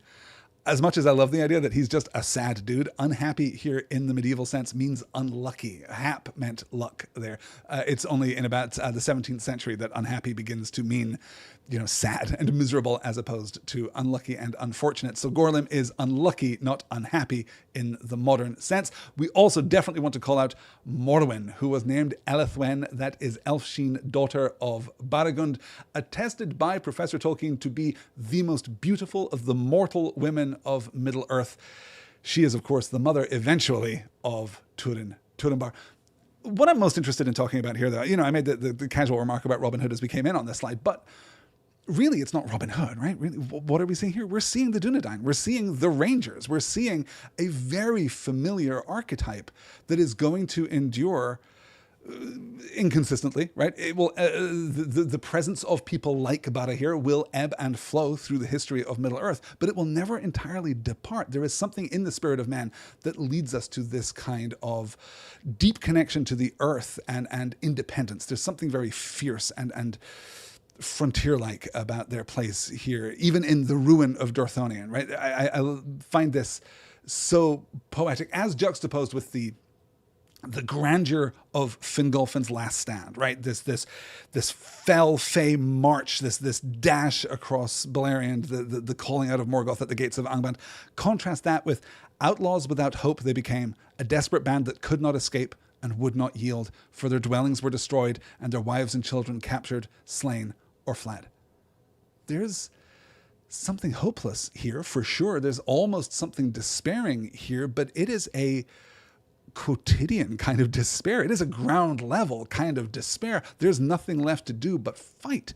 And becoming an outlaw that word is particularly prominent and particularly curious, I think, because of what it suggests about the way that Tolkien sees the rule of this land, Morgoth's authority over this land. Are they really outlaws? Is there a rule of law which they are no longer answering? Is there something here that they are pushing back against? Because there isn't an established culture here, right? We're told that the orcs don't even come here unless they absolutely have to, unless they are driven by great need. There's something interesting and crunchy happening in Professor Tolkien's conceptualization of the ranger archetype, right? Not the D&D, ranger archetype, not the Legolas that the ranger will become, but absolutely the strider that we will see in the pages of the Lord of the Rings, in the pages of Fellowship at least. Okay, let's, what do you say we fast forward 2 years and talk about werewolves? Let's do that. That seems completely appropriate at this point. For nigh on 2 years after the Dagor Bragalach, the Noldor still defended the western pass about the sources of Sirion, for the power of Ulmo was in that water, and Minas Tirith withstood the orcs. But at length, after the fall of Fingolfin, Sauron, greatest and most terrible of the servants of Morgoth, who in the Sindarin tongue was named Gorthaur, came against Odadreth, the warden of the tower upon Tol Sirion. Sauron was become now a sorcerer of dreadful power, master of shadows and of phantoms, foul in wisdom, cruel in strength, misshaping what he touched, twisting what he ruled, lord of werewolves. His dominion was torment. He took Minas Tirith by assault, for a dark cloud of fear fell upon those that defended it, and Odadreth was driven out and fled to Nargothrond. Then Sauron made it into a watchtower for Morgoth, a stronghold of evil and a menace, and the fair isle of Tol Sirion became accursed, and it was called Tol in Gaurhoth, the Isle of Werewolves. No living creature could pass through that veil that Sauron did not espy from the tower where he sat. And if we're talking typology, here is a banquet. Here is a banquet for you to tie back to the pages of the Lord of the Rings. Here is a tower being taken, a Minas Tirith here being taken, sure, but a Minas being taken and perverted into evil. Here is Sauron sitting atop that tower, looking forth, espying all that come near. Some kind of unblinking eye, one might speculate here. I'm kind of burying the lead here because obviously what stands out most is werewolves. Suddenly we have werewolves, not crucially for the first time, because there is a reference to werewolves in the Lord of the Rings, in many meetings in the Lord of the Rings. Gandalf says, direct quote from Gandalf here, because these horses are born and bred to the service of the Dark Lord in Mordor, not all his servants are servants and chattels are wraiths. There are orcs and trolls, there are wargs and werewolves, and there have been and still are many men, warriors and kings that walk alive under the sun and yet are under his sway, and their number is growing daily. So werewolves already attested here within the pages of the Legendarium, and we should, call this out because of Tolkien's use of Middle English. We can be pretty confident that we're not talking about werewolves in the modern sense. We're not talking about werewolves that transform in accordance with the full moon. We're not talking about werewolves that play basketball. We're not talking about hot werewolves who routinely strip to the waist and run through the forests of the Pacific Northwest. No, here we are talking about twisted wolves that are in a roughly man-like shape. The were in Middle English, which I think colloquially now, right, at least idiomatically, we take to mean transforming, right? The werewolf means a thing that transforms into a wolf. Well, were just means man. It's one of the earliest forms of that kind of word, right? Where, man and woman, that becomes associated with husband and wife later. But that's what we're talking about here. We're talking, as I take it, to mean wolves or wargs that are corrupted by Sauron, right? That's why we get a twisting what he ruled Lord of Werewolves. He has taken these creatures that he rules and twisted them. This is such an extraordinary description of Sauron. It's so, poetic in its use of unexpected counterpoint here. Sauron was become now a sorcerer of dreadful power, master of shadows and of phantoms. Okay, pretty straightforward, but foul in wisdom. A lovely counterbalancing between these two things, right? The wisdom that is so often associated with light, even when wisdom is twisted to subtlety and craftiness, whether that be in the hands of Feanor or in the hands of someone like Saruman, for example, oftentimes still associated with light, with whiteness. But here, foul in wisdom, cruel in strength, misshaping what he touched, twisting what he ruled, Lord of Werewolves. So Minas Tirith has fallen, and nobody is Team Jacob. Let's move on to war and lies here as I, check the number of slides that I have left and resolve myself that this is probably going to be a 2-hour show. Here we go. Settle in, everyone. We've still got some ground to cover. And Morgoth held now the western pass, and his terror filled the fields and woods of Beleriand. Beyond Hithlum, he pursued his foes relentlessly, and he searched out their hiding places and took their strongholds one by one. The Orcs, growing ever bolder, wandered at will far and wide, coming down Sirion in the west and Kellan in the east, and they encompassed Doriath. And they harried the land so that beast and bird fled before them, and silence and desolation spread steadily from the north. Many of the Noldor and the Sindar they took captive and led to Angband, and made them thralls, forcing them to use their skill and their knowledge in the service of Morgoth. And Morgoth sent out his spies, and they were clad in false forms, and deceit was in their speech. They made lying promises of reward, and with cunning words sought to arouse fear and jealousy among the peoples, accusing their kings and chieftains of greed and of treachery one to another. And because of the curse of the kinslaying at Alqualonde, these lies were often believed. And indeed, as the time darkened, they had a measure of truth, for the hearts and the minds of the elves of Beleriand became clouded with despair and fear. But ever the Noldor feared most the treachery of those of their own kin who had been thralls in Angband, for Morgoth used some of them for his evil purposes, and feigning to give them liberty he sent them abroad, but their wills were chained to his, and they strayed only to come back to him again. Therefore, if any of his captives escaped in truth and returned to their own people, they had little welcome, and wandered alone, outlawed and desperate. Outlawed, again. I need to think more on that. I'm fascinated by it.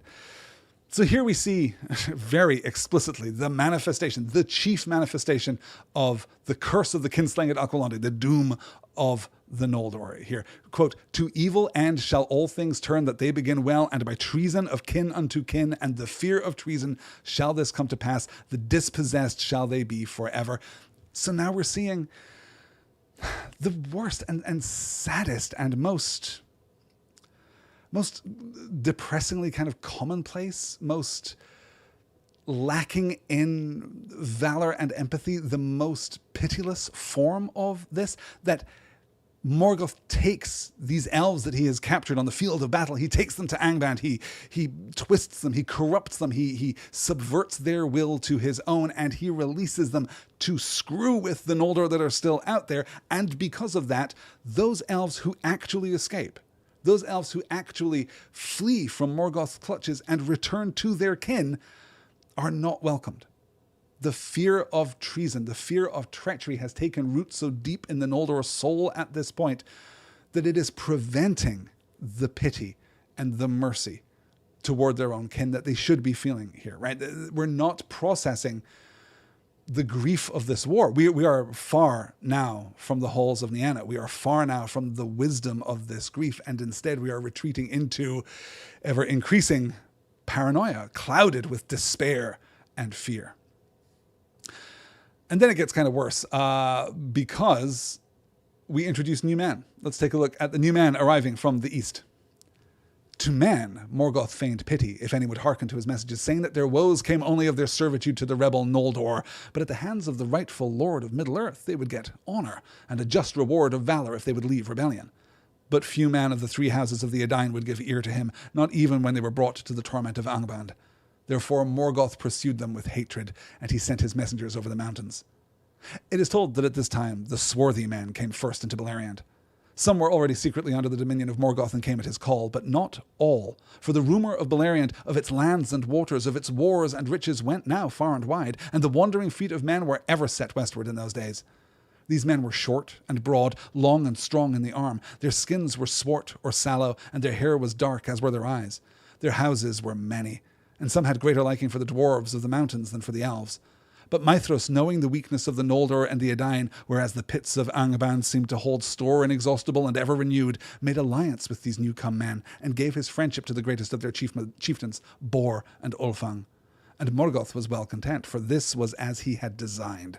The sons of Bor were Borlad, Borlech, and Borthand, and they followed Maethros and Maglor, and cheated the hope of Morgoth, and were faithful. The sons of Ulfang the Black were Ulfast and Ulwarth and Uldor the Accursed, and they followed Caranthir and swore allegiance to him, and proved faithless. So, swarthy, meaning dark, brown, or black, from swart, which also appears here on the slide in Old English, originally meaning dark or black. Sallow, meaning sickly, discolored, also dark. And, well, here's the problem. There are, simultaneously, better places to talk about racism in the works of Professor Tolkien, and also no better place to talk about racism in the works of Professor Tolkien, because this is often cited as an example of Tolkien's prejudice against non-Western European ethnicities, and it's certainly striking on the page. The capital letters of swarthy men, capital S, capital M, do us no favors. And if I am sounding a little less than inspired about this discussion, friends, Silmarillion heirs, it's because I am. This is one of those conversations that I was referring to earlier when I was talking about, well, why don't the Eagles just take them to Mordor? I've had this conversation many times. Joseph Fink, one of the creators of the excellent Welcome to Night Vale podcast, and a dude that I generally respect a great deal, recently posted on Blue Sky that he was reading The Lord of the Rings for the first time, and I'm paraphrasing here, but wow, Tolkien is just describing the Nazgul as black men. He even includes, this is a direct quote, not a paraphrase, Joseph Fink says, as in racially not white, which isn't just a shockingly superficial parsing of what is on the page in front of you, but doesn't stand up to any kind of investigation or scrutiny at all. And it's dispiriting, as someone who loves the challenge and the complexity of this work, to have this repeated beat. Well, you know, Tolkien was racist. Repeated as often as, well, you know, The Lord of the Rings is an allegory for the First World War, or, well, you know that Frodo and Sam are gay all along. And it's not that there's nothing to talk about there. It's not that we can't have a discussion about racism. It's not that we can't have a discussion about allegory. It's not that we can't have a discussion about homosexuality and homosociality in the pages of The Lord of the Rings. It's not that we can't have a discussion about the Eagles. It's just that when you reduce all of this beautiful and challenging complexity to the most cynical, blunt read, then you knock the life out of it. I'll take a second here to acknowledge the many Tolkien scholars, including the very highly respected Dr. Dimitra Fimi, who, I'm reluctant to paraphrase here. I'm going to gloss this as generously as I can in order to kind of just to acknowledge what is a common scholarly perspective on this issue, which is that it is inappropriate to even critique Tolkien's position on race because modern standards shouldn't be applied to a man born in 1892. It's unreasonable to hold Professor Tolkien to the standards of a modern person. And I see that argument, but I think that it is deployed too often as an unconquerable rebuttal against accusations of racism, which again kind of simplifies the argument down into something that's fundamentally not worth having, right? If we can't critique Tolkien's position on race because he was born in 1892, then we can't logically critique his position on gender or on morality or on virtue or vice or heroism or tragedy or anything that makes this text worth reading past the superficial content of the story. And I say this because I think that there is a really interesting and crunchy discussion to have about racism in Tolkien's work. I'll gloss this quickly because, as I say, I'm already running kind of late tonight. Tolkien, as I said last week or perhaps the week before, but as I have mentioned, certainly, Tolkien is pretty fundamentally an essentialist, right? That is clear from his body of work. You are what you are, and people rarely change or challenge or exceed their nature. You are, within Tolkien's world, basically defined by your gender, absolutely, your class, absolutely, your bloodline, absolutely, and the kind of immediate history of your family and their circumstances. Tolkien also, for sure, labored under the constraints of 19th century race theory, right? Like a bad pseudoscience that lingered far too long in the contemporary imaginary. But that kind of 19th century race theory sits very comfortably alongside Tolkien's natural essentialism. which also parenthetically makes his work awfully appealing to the worst kind of racists and white supremacists, right? Including awful right-wing, white supremacist organizations in Italy and in Britain and elsewhere. But, and this is so important, this is what matters the most. Tolkien believed that people of different ethnicities, people of different quote-unquote races in his fantasy world, right? He believed that people of different ethnicities are fundamentally, essentially different. But that doesn't mean that he unilaterally condemns them or criticizes them or thinks them unworthy. It is clear from the text that every quote-unquote evil race, the orcs and the wargs and the spiders and even the dragons, right? They are evil because they have been corrupted by Melkor or by the servants of Melkor. That is the root of evil in the Legendarium. Even here on this slide with the introduction of the swarthy man, the Easterlings, we don't get this simple categorical dismissal of their value or their virtue. It is told at this time that swarthy men came first into Beleriand, and let me tell you, there were bad sorts, every single one of them. There's nothing of that here. It is immediately complicated. Literally half of the Easterlings introduced in this passage are loyal and fierce and good and stand with Maethros. This is what drives him to return, what drives Professor Tolkien to return again and again to the question of the orcs. How could a benevolent god, Ilúvatar, allow for the creation or the perversion of an irredeemable people? This is why he keeps circling this question, is because he doesn't believe in an irredeemable people. He doesn't believe in this kind of existence without hope, without virtue, without light. This is, I suppose, the perfect example, right? To kind of distill all of this down.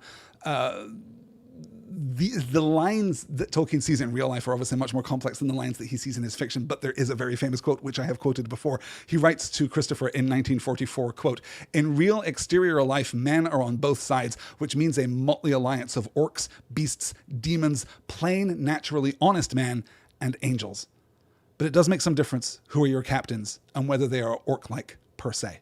This is oftentimes distilled down into this thought. There are orcs on both sides. Tolkien in real life, while still subject to 19th century race theory, right? While still growing up and learning that in school, and while through most of his life that wasn't really systemically challenged, in Britain in particular, I think, he kind of moves past it in his understanding of the real peoples of the world. Christine Chisholm, I wanted to... Yeah, I'm not going to skip this. It's too good. A shout out to Christine Chisholm, writing in Michael Drout's excellent Encyclopedia of Tolkien, writes, I'll cancel my slide and come back to you in the camera shot for this, just while I read a whole thing right in front of you, right here. Christine Chisholm writes, "For instance, hobbits pursue comfort while Númenóreans pursue adventure, but among hobbits, Bagginses pursue comfort while Tooks pursue adventure, and eventually we learn that there is a seed of courage in the heart of even the fattest hobbit. Elves are tall, noble, and spiritual. Dwarves are short, blunt, and materialistic. Yet in the First Age, the elf Fëanor and his people incite the ravaging of Middle-earth in pursuit of 3 stolen jewels, while in the Third Age, Gimli prizes 3 strands of Galadriel's hair, worthless in themselves, above all gold.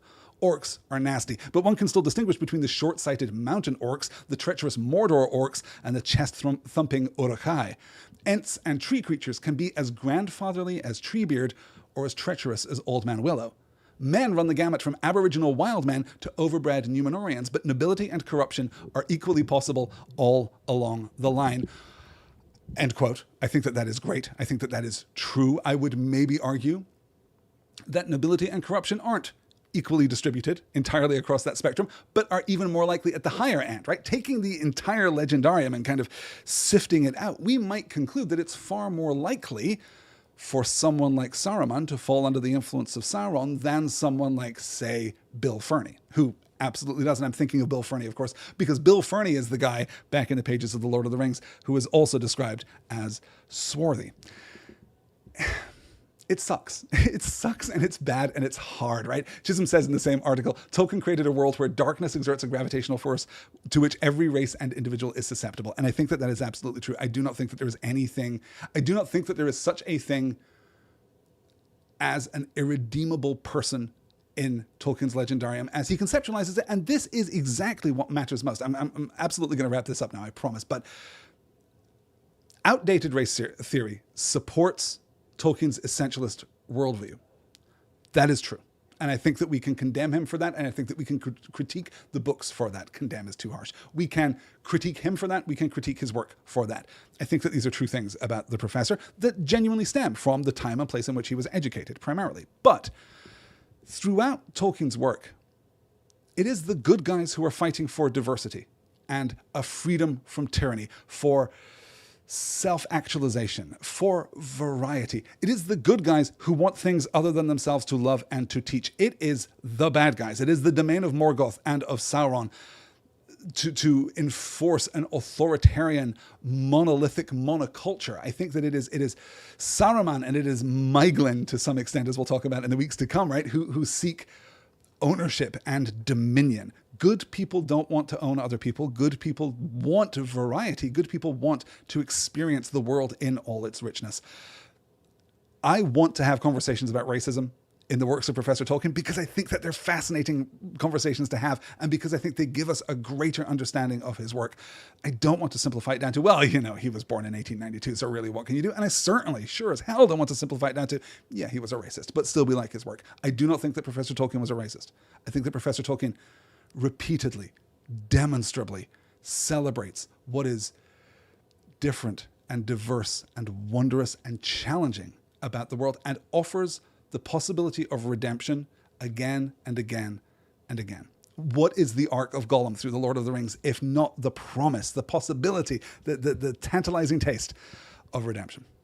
I'm spending so much time here. Let me catch up with the chat. Let me see. Gladrebecki says, Tolkien's use of symbolism and his use of dark and light doesn't necessarily equate to Tolkien believing this or that about real people of light or dark colored skin. Absolutely, yes. Are there some phrases that we now would not use? Yes, absolutely. Do we repeatedly describe the orcs as being slant-eyed? Yes, we do. Should we? No, we shouldn't. And one of the reasons that we shouldn't is that to the modern eye, that reads like a racist caricature of an Asian stereotype, even though I don't think for a moment that that is what Professor Tolkien intended.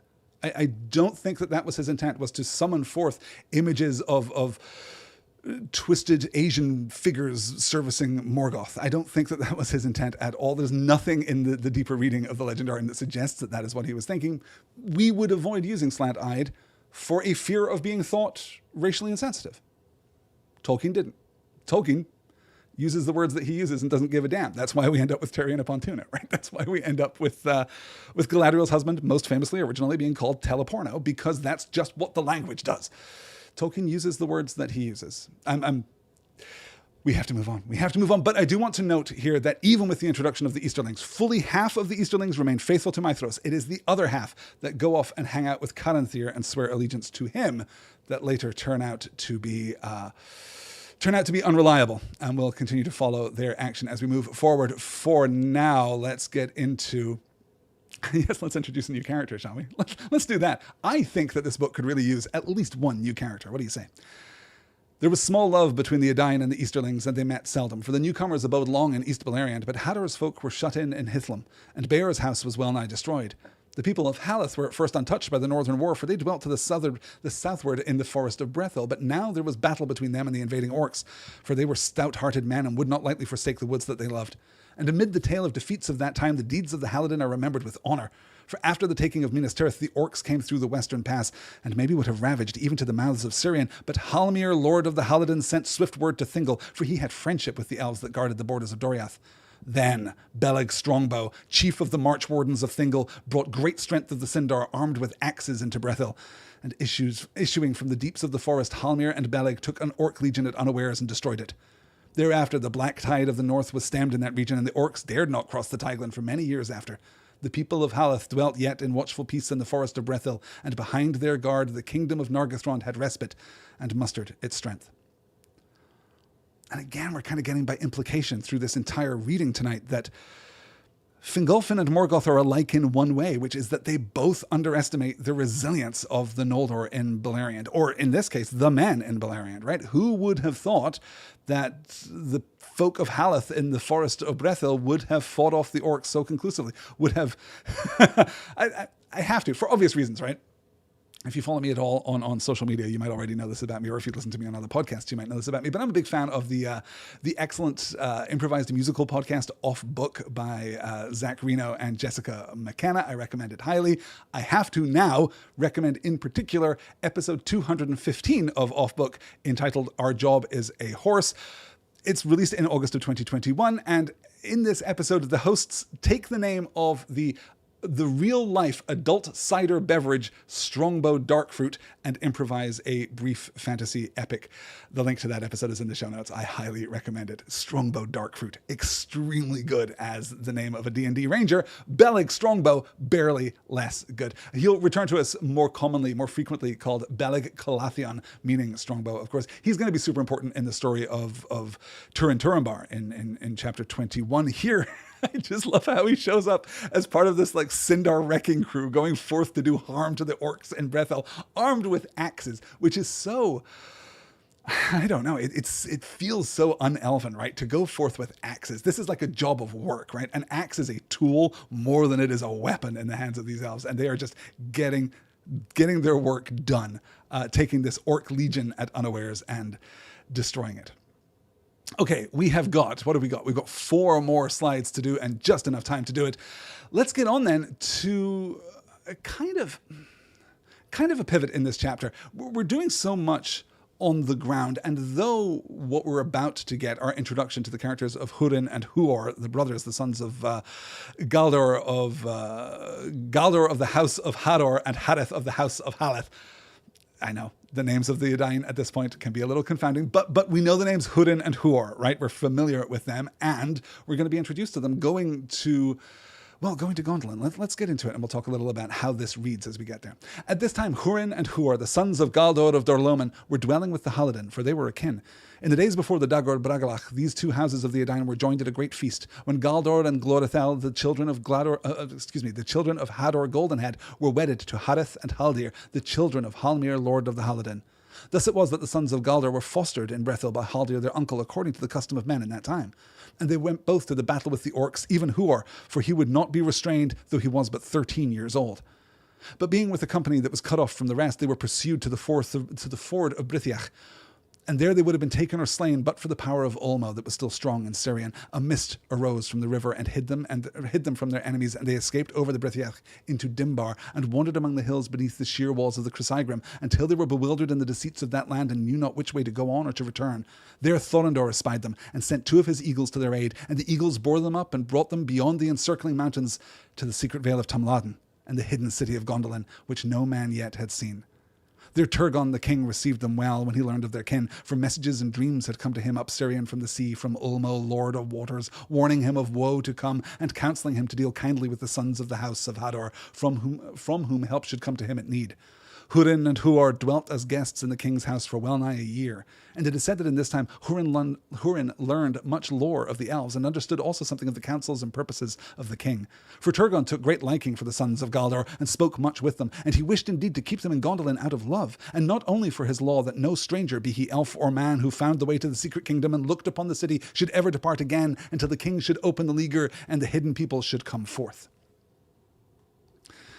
And it's fun that we were talking about the degree to which Thorondor is a direct aspect of Manwë, because here we have it again. Not just in the coming of the eagles, but in the rising of the mist from the Syrian. Remember, mists and clouds and vapors are part of the initial realization by Ulmo that in accord with Manwë, in cooperation with Manwë, and despite the heat, or I guess actually because of the heats of Melkor and Arda, new things were possible. New things would be created, right? Mists and clouds are exactly one of those things. So the mist that rises up here isn't, I think, just the doing of Ulmo, but also the doing of Manwë, which we can connect to the coming of the eagles and the bearing away of these 2 young men, Hurin and Huor, who are just 13 and still going out to fight with the orcs, all the way to the hidden city of Gondolin.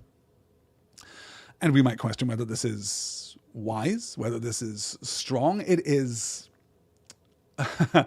relevant to the events of the future of Beleriand in such a way as we might easily, I think, infer some act of prophecy beyond just the intervention of Ulmo in the dreams and visions of Turgon, right? Warning him of woe to come and counseling him to deal kindly with the sons of the house of Hadar, from whom help should come to him at need. So we have Húrin and Huor, these men coming to the court of Gondolin, learning so much from Turgon. Turgon taking great liking to them. And again, right, what does he want to do? He wants to hang out with these people who are unlike himself for love. It is awesome that you are not like me. I applaud this diversity. Please stay here, not just because, well, I didn't mention this, but it turns out that anyone who comes into Gondolin cannot leave. But Húrin and Huor are the tragic exceptions, right? But Húrin and Huor desired to return to their own people and share in the wars and griefs that now beset them. And Húrin said to Turgon, Lord, we are but mortal men, and unlike the Eldar, they may endure for long years awaiting battle with their enemies in some far distant day, but for us time is short, and our hope and strength soon wither. Moreover, we did not find the road to Gondolin, and indeed we do not know surely where this city stands, for we were brought in fear and wonder by the highways of the air, and in mercy our eyes were veiled. Then Turgon granting his prayer, and he said, By the way that you came, you have leave to depart, if Thorondor is willing. I grieve at this parting, yet in a little while, as the Eldar I counted, we may meet again. But Maeglin, the king's sister's son, who was mighty in Gondolin, grieved not at all at their going, though he begrudged them the favour of the king, for he had no love for any of the kindred of man. And he said to Húrin, The king's grace is greater than you know, and the law has become less stern than aforetime, or else no choice would be given you but to abide here to your life's end. Then Húrin answered him, The king's grace is great indeed, but if our word is not enough, then we will swear oaths to you. And the brothers swore never to reveal the counsels of Turgon, and to keep secret all that they had seen in his realm. Then they took their leave, and the eagles coming bore them away by night, and set them down in Dor Loman before the dawn. Their kinsfolk rejoiced to see them, for messengers from Brethil had reported that they were lost, but they would not declare even to their father where they had been, save that they were rescued in the wilderness by the eagles that brought them home. But Galdor said, Did you then dwell a year in the wild? Or did the eagles house you in their eyries? But you found food and fine raiment in return as young princes, not as waifs of the wood. And Húrin answered, Be content that we have returned, for only under an oath of silence was this permitted. Then Galdor questioned them no more, but he and many others guessed at the truth. And in time the strange fortune of Húrin and Huor reached the ears of the servants of Morgoth. An unwise move here from Turgon, an atypically unwise move, an atypically insufficiently paranoid move from Turgon here. Yes, technically you don't know where Gondolin is. You do know that it exists, and you are proof that it exists. Your ongoing survival is proof that it exists, and you know its name, though that, I don't know what value exactly that would be if someone were able to draw it from you, but just the existence of Gondolin is at this point a secret, right? We were told previously that Morgoth, hey, you shouldn't confuse those two guys, right? They've probably got nothing to do with each other. We were told previously that Morgoth had no idea where the elves had gone. He didn't know that they had vanished from the western edges of Beleriand. Here, in fact, we're going to get a little more on that. Now, when Turgon learned of the breaking of the League of Angband, he would not suffer any of his own people to issue forth to war, for he deemed that Gondolin was strong and the time not yet ripe for its revealing. But he believed also that the ending of the siege was the beginning of the downfall of the Noldor unless aid should come. And he set companies of the Galandrim in secret to the mouths of Sirion and the Isle of Balar. There they built ships and set sail to the uttermost west upon Turgon's errand, seeking for Valinor, to ask for pardon and aid of the Valar, and they besought the birds of the sea to guide them. But the seas were wild and wide, and shadow and enchantment lay upon them, and Valinor was hidden. Therefore none of the messengers of Turgon came into the west, and many were lost and few returned, but the doom of Gondolin drew nearer. Rumour came to Morgoth of these things, and he was unquiet amid his victories, yet he desired greatly to learn tidings of Felagund and Turgon, for they had vanished out of knowledge and yet were not dead, and he feared that what they might yet accomplish against him. Of Nargothrond he knew indeed the name, but neither its place nor its strength, and of Gondolin he knew nothing, and the thought of Turgon troubled him the more. Therefore he sent forth ever more spies into Beleriand, and he recalled the main hosts of Orcs to Angband, for he perceived that he could not yet make a final and victorious battle until he had gathered new strength, and that he had not measured rightly the valour of the Noldor, nor the might in arms of the men that fought beside them. Great though his victory had been in Bragalach and in the years after, and grievous the harm that he had done to his enemies, his own loss had been no less. And though he held Dorthonion at the pass of Sirion, the Eldar, recovering from their first dismay, began now to regain what they had lost. Thus Beleriand in the south had a semblance of peace again for a few brief years. But the forges of Angband were full of labour. Indeed they were. And we're only going to have a few vanishingly brief years of peace before, well, the fifth and final Battle of Beleriand. So Turgon now somewhat desperate, right? Again, because we are kept at such a remove, it's fascinating that in the slide that I have presented here, we are closer to Morgoth and his motivation than we are to Turgon and his. He's desperate. He believed that the ending of the siege was the beginning of the downfall of the Noldor unless aid should come. Okay, I mean, yes, it does seem that you took a real beating there, but also nobody knows about Gondolin, and you are strong. You believe that Gondolin is strong. It's not yet ripe for revealing. There is still hope. There is still a time further down the line when Gondolin's strength can be revealed and can be turned against Morgoth in its fullest measure. But instead, he decides to break the secrecy of Gondolin, break the one thing that Gondolin has going for it, and send people forth. Okay, he does it in secret, but there's still companies of his men going down to the mouth of the Sirion to build ships and sail fruitlessly, hopelessly into the west. I see too there the asking of the birds, besought the birds of the sea to guide them, a direct appeal to Manwë, a direct kind of seeking of connection with the king of the Valar in Valinor.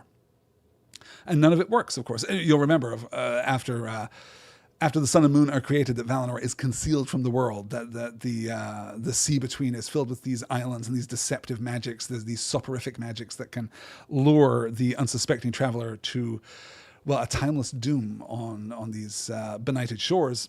And no one makes it. Some return, but no one makes it. And the problem is that the rumors of these voyages, the rumors of these expeditions, the rumors that there is a king called Turgon go out to Morgoth, right?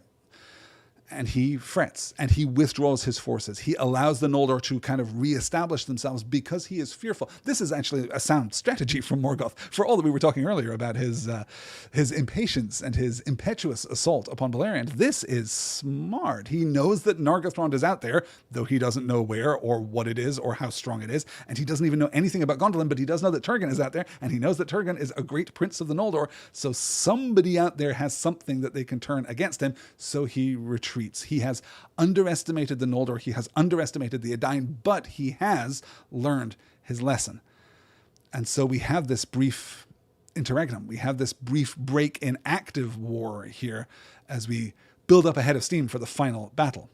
We, of course, have some stories to tell before we get there. Let's wrap up tonight's reading with the final passage here, 7 years later. When 7 years had passed since the fourth battle, Morgoth renewed his assault, and he sent a great force against Hithlum. The attack on the passes of the Shadowy Mountains was bitter, and in the siege of Aethel Sirion, Galdor the Tall, Lord of Dor-Lomin, was slain by an arrow. That fortress he held on behalf of Fingon the High King, and in the same place his father Hador Lorindel died but a little time before. Hurin, his son, was then newly come to manhood, and he was great in strength, both of mind and body, and he drove the Orcs with heavy slaughter from Ered Wethrin, and pursued them far across the sands of Anfalglith.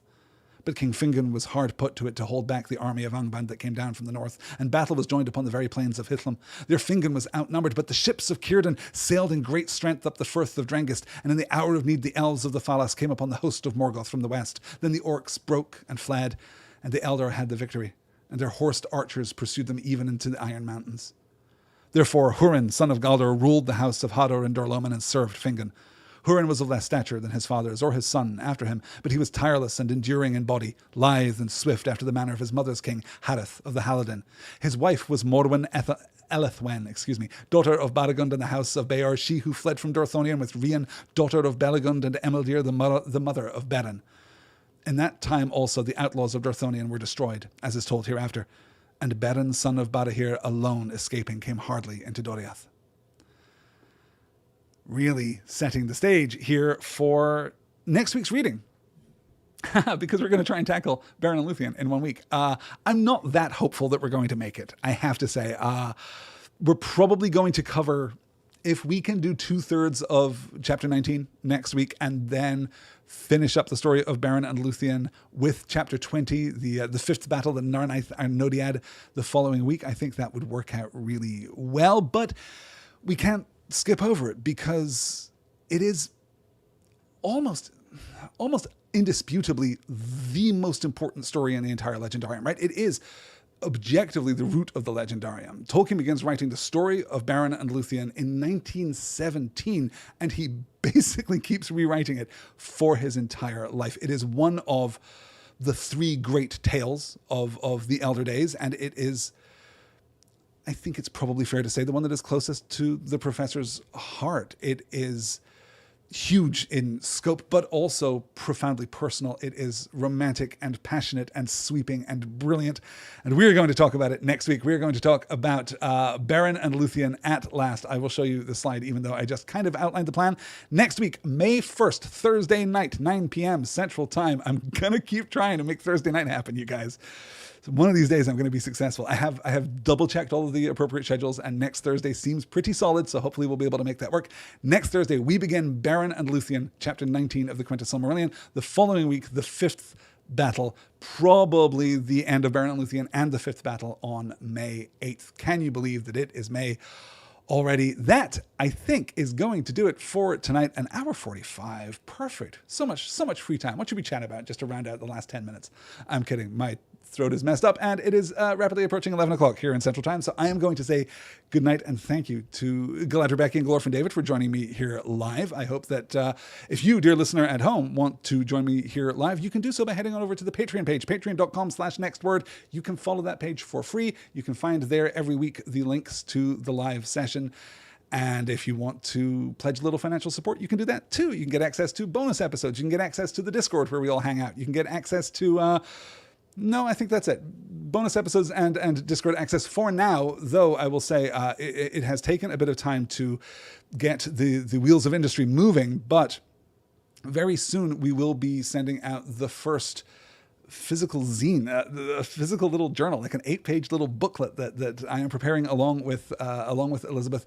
It's going to contain puzzles and at least one cocktail recipe and a letter. Oh, and a really interesting thing that Elizabeth's putting together, which I'm not going to spoil, but a really great piece of what creative writing, I suppose, is the best way of putting it. But it's going to be really great, and I'm very much looking forward to it, and I hope that you will enjoy it. So you can get access to that by heading on over to the Patreon page, patreon.com/nextword. It is the support of all of the patrons of Nextword that keep this podcast ad-free. You'll note that I've been here for an hour and 50 minutes, and I haven't recommended a single digital picture frame to you. Not a single one. And that makes this podcast basically unique. It's been that time of year again as we're coming up on Mother's Day where all of the ads start to cycle through again. And you remember last year what it was like when we were coming up on Mother's Day and all of the podcast ads were for the same 4 products. And we're back there again, and it makes me proud and grateful to have the support of the Patreon community over there at patreon.com/nextword. Thank you guys for making all of this possible. Thank you so much, you guys, for joining me here